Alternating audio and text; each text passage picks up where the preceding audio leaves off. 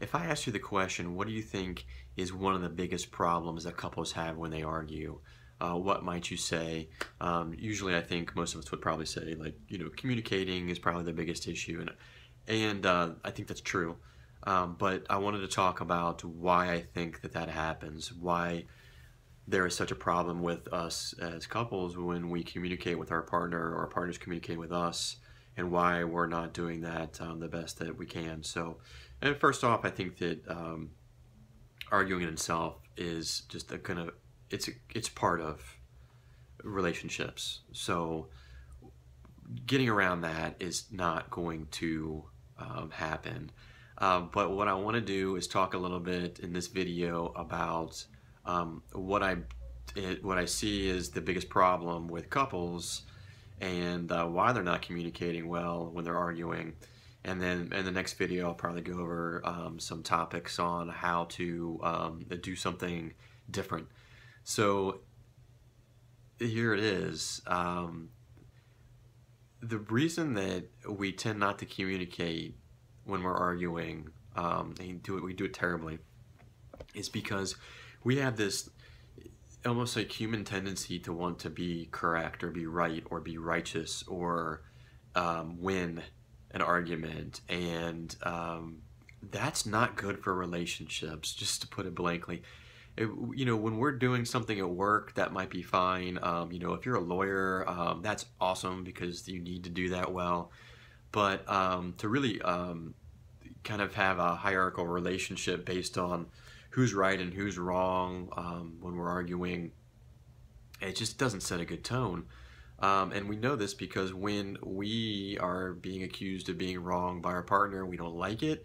When we're being condescended or being talked to in a condescending manner, we don't like it. So we already know that doesn't feel good, and of course it doesn't feel good to our partner when we do it to them.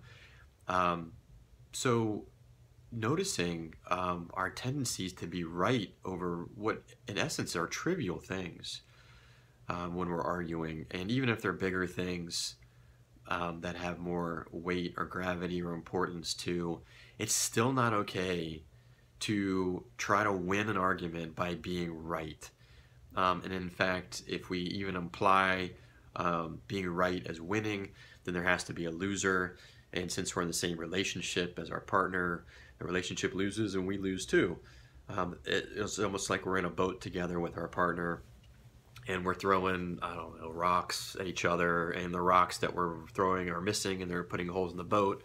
Yeah, their side of the boat has more holes, but the boat sinks and we're screwed too. So it's just not a good situation to be in when our conversations or even our arguments kind of turn out that way. And there are better ways to do it.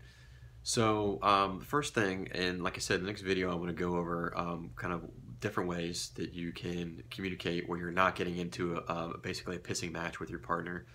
But I do want to let you know that the first step into noticing your behavior is to notice yourself doing it. Notice yourself and your tendency to want to prove your point or drive your point home.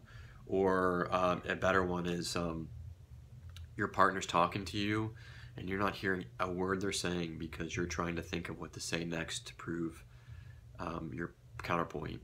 And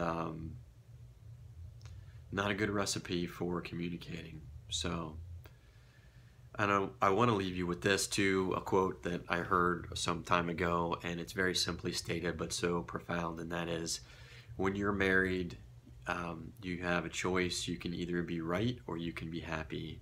And I think that applies to what we're talking about today. So hope you enjoyed this. Thanks for listening, and I'll talk to you soon.